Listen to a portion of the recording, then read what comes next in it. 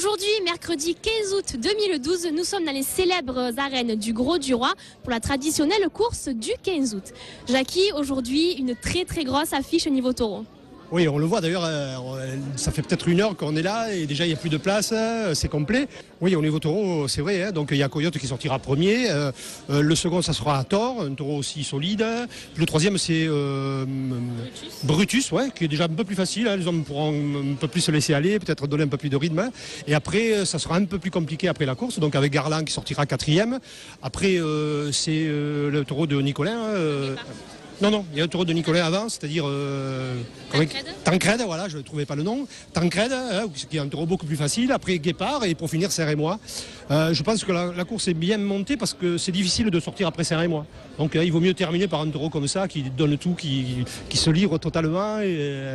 Donc il va faire du spectacle, on l'espère du moins, voilà. Et donc pour raseter ces gros taureaux, il faut aussi beaucoup d'hommes. Hein. Oui, alors nous avons Adil Benafitou, Julien Ouf, qui est en ce moment en pleine confiance, Adrien Poujol, Lassène Outarka, Sabri Alouani, Louis Cozol et Romain Bruchet, le jeune. Et bien voilà, maintenant on laisse place au spectacle dans des arènes archi-combles et on se retrouve après la course.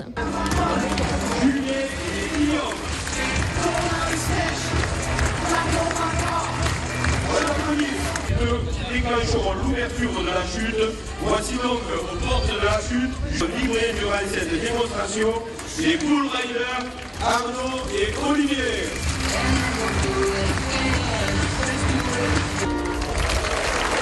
Merci à vous. Are you ready? Attention, ok!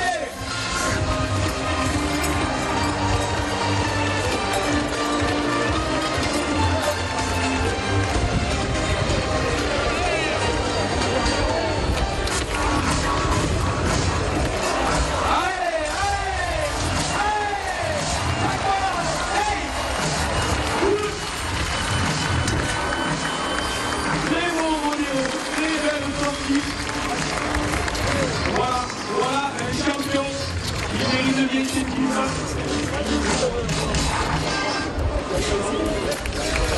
Le premier s'appelait Black.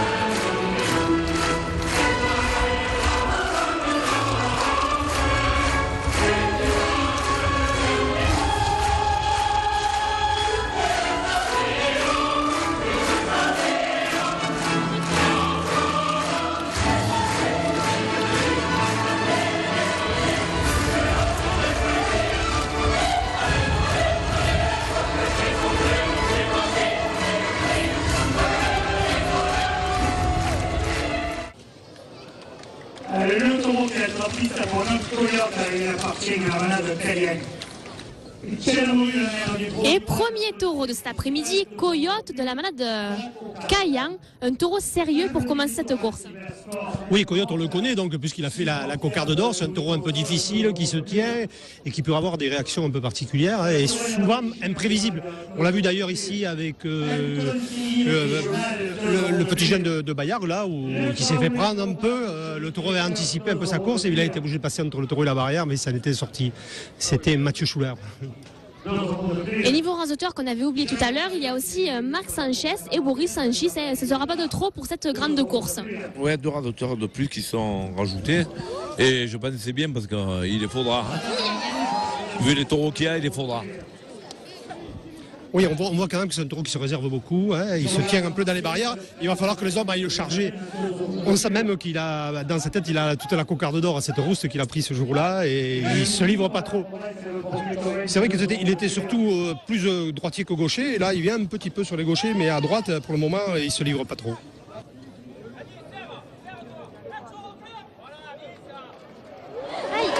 Et Adil Benafitou qui est bien rentré dans son terrain. Ouais, Adil qui l'a rentré à gauche parce que le taureau est en train de se durcir et il sélectionne, il se garde un peu trop, surtout pour les droitiers. Et il faut le rentrer vraiment pour qu'il démarre. Peut-être pas assez pour pouvoir bien mettre sa main et lever cette cocarde.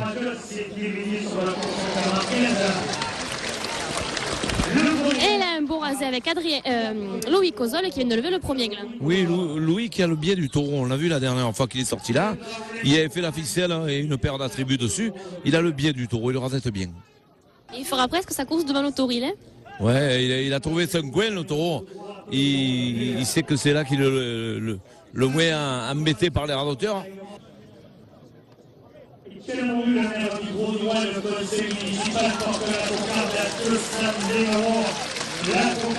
Et c'est finalement Louis Cozol qui lève cette cocarde. Parce que quand on le charge bien, à droite par exemple, si on le charge bien, il se livre, il n'a pas le coup de tête. Qu'à gauche, il vient un petit peu, mais il a un petit coup de tête, donc c'est difficile. C'est pour ça que les gauchers n'ont pas réussi à lui lever d'attributs pour le moment. Mais c'est Ozol qui le rasette le mieux, c'est le seul qui fait vraiment le pas pour aller le chercher.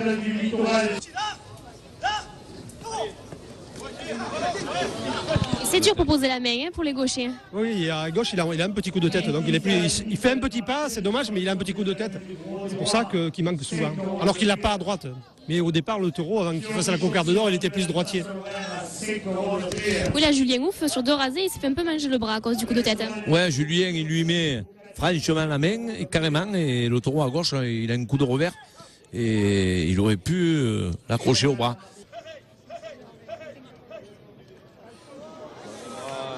Il ne comprend pas ou quoi. Il lui dit pas de son tourneur. Un quart d'heure long avec Coyote. Il a été meilleur qu'aujourd'hui. Il doit fêter sa cocarde d'or. Ça arrive, il fait comme les radoteurs.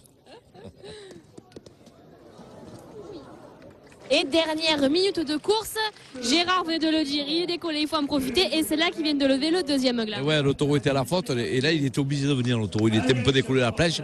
Donc il remontait au taureau, il venait. Et Adil l'a vu et il a levé le gland.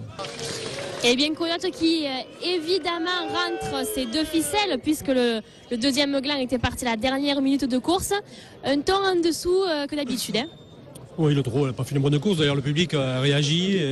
C'est vrai, heureusement encore que le gland est resté longtemps. Sinon, si ça avait été s'ils avaient les attributs rapidement, au ficelle, ils n'auraient pas trop raseté. Donc, ça aurait été beaucoup plus long que ça.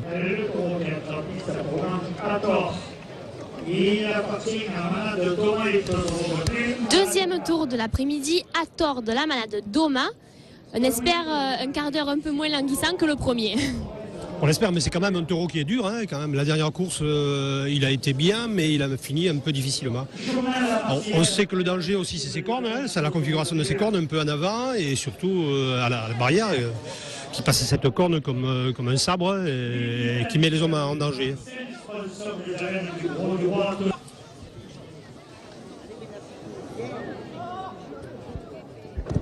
Un taureau qui pour le moment prend tous les rasés. Oui, à tort, un taureau qu'on connaît, il finit même avec la corne à la barrière. Un taureau qui prend tout, droite, gauche, assez vaillant.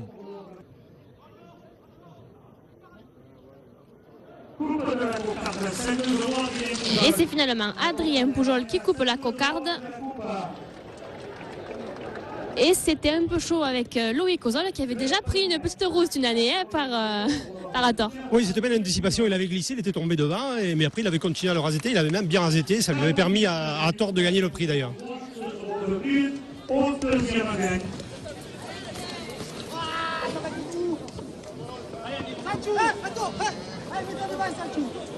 Et il se garde un peu plus. Espérons qu'il va sortir, ouais. Et le taureau qui s'est jeté sur Boris. Oui, il a fait le taureau, s'est jeté sur le milieu de la piste, mais c'est pas dégonflé, Sanchis, il est bien rentré, il a même levé la tribu. Donc.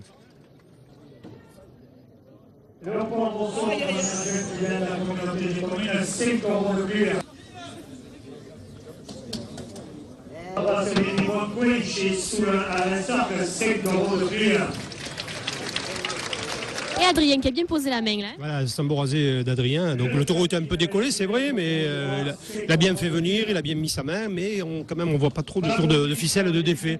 Ça serait bien un peu que quelqu'un accroche bien, comme ça reprendrait un peu le rythme, mais le taureau il faut le bousculer quand même. Hein. La buvette des arènes, 5 euros de plus. Et Hathor qui finit à la planche avec sa corne qui pointe chaque fois. Ouais, un taureau qu'il faut faire attention à la barrière, les jambes, parce qu'il met la corne pour attraper le radoteur. Mais bon, il manque un peu de rythme. Il faudrait un peu plus de série parce que le taureau est assez sérieux quand même. Parce que le public commence à manifester un peu.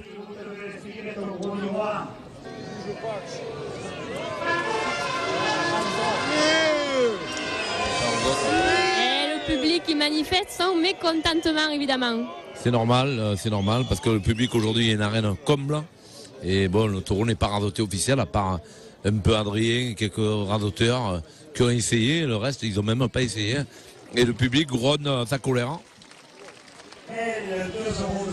Troisième taureau de l'après-midi, Brutus de la manade de Lotier, un quart d'heure qui sera très certainement moins compliqué pour les rasoteurs.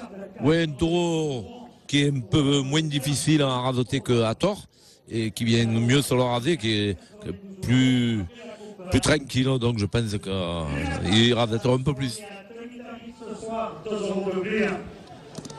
Brutus qui finira certainement très bien cette première partie.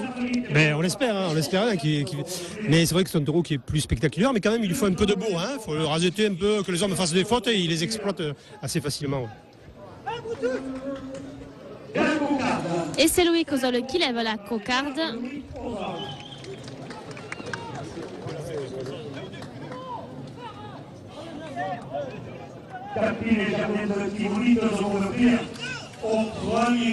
Comme ça, on rejouera pas trop bon.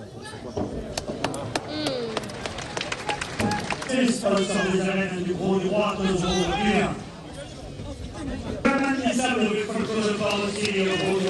Et Loïc Ozol qui a bien posé la main, comme Adrien Poujol qui finit avec Brutus à la barrière. Ah oui, on a vu un beau rasé de Loïc Ozol et la reprise d'Adrien Poujol et le taureau est venu finir à la barrière. On sent que quand on le force, le taureau il se livre et il est capable d'être très spectaculaire. Ça fait du bien une action comme ça avec les deux premiers qu'on a eu. Ouais, on a déclenché le premier carmin et j'espère que ça va être crescendo, que le taureau est bon et les hommes, le rasette a plus de confiance que Hathor. Même si ça a été un peu quiché là avec Romain Bruchet. Romain Bruchet qui avait un peu trop chargé le taureau parce que le taureau il n'anticipe pas, donc il faut un peu charger, mais il faut de suite trouver la distance et s'écarter un peu vers le centre de la piste. Voilà, là il a mieux fait, on le voit. Il a repris confiance et il a fait un très beau rasé avec Brutus derrière lui.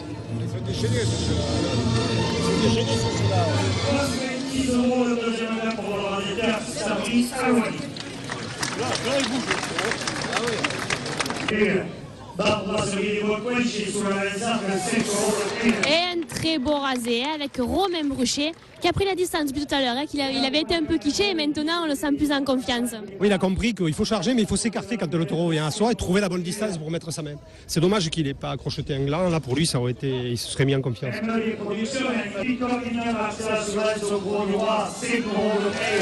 Et quelle action avec Loïc Ozol. Ouais, Louis qui a fait un beau rasé, qui a bien posé la main et le taureau est chaud, demande que ça des rasés. Voilà, c'est tout. 350 euros. Et tiens, on vu la terre du Gros du Roi et la qualité municipale. porte la première officielle. Romain qui va, hein. Romain Bruchier qui en veut, tout ça. J'ai parlé un peu avec lui avant la course et je lui ai dit quand tu sens un taureau, il faut y aller, il ne faut pas se livrer, il ne faut pas écouter les autres et c'est ce qu'il était en train de faire.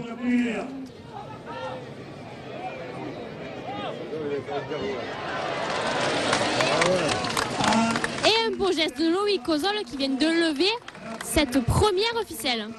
Ouais, Loïc a bien mis la main, la ficelle. Elle avait été touchée par un peu Sabri et un peu Outarka déjà. Samedi soir, concert dans les arènes du Gros Stéphania. Et Brutus qui se jette sur Loïc Ozol et qui finit aux planches. Oui, Loïc Ozol qui le rasette bien, hein, il s'entend parfaitement bien avec le taureau. Il sait comment il faut se présenter dans le rasé et bien courir avec lui. On monte le niveau un peu hein, par rapport aux deux premiers. Le taureau se chauffe, hein, les hommes ont envie et voilà, et on voit de belles actions.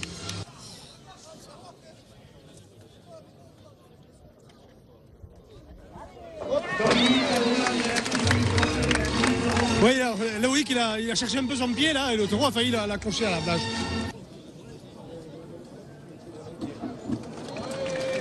Et on aura vu Romain Bruchier et Loïc Ozol qui auront pris le taureau comme il fallait pour le faire briller.